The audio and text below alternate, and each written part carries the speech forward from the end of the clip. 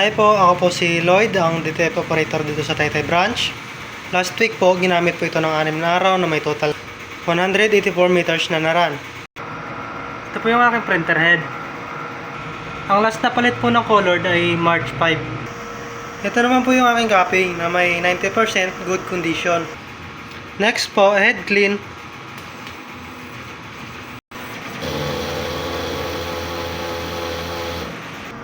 Pagkatapos po mag-head clean, punasan natin yung wiper.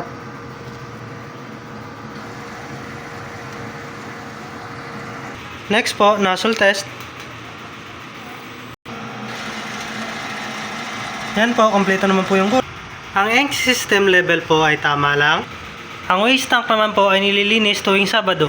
Dito naman po yung ground wire. Dito naman po yung ABR. Dito naman po nakalagay ang aking mga stocks. Dito po yung para sa inyo supply. Dito naman po yung sa unused. Ito naman po yung sa powder at saka cleaning solution. Dito naman po yung dito naman po yung sa film. Dito naman po yung aking production log. Yan po, updated naman po. Dito naman po yung aking consumable monitoring. Ito yung para sa cyan, magenta, yellow, black, white, film, powder, at cleaning solution. Dito naman po yung aking daily checklist. Yan po, updated naman po. Yan lang po, marami pong salamat.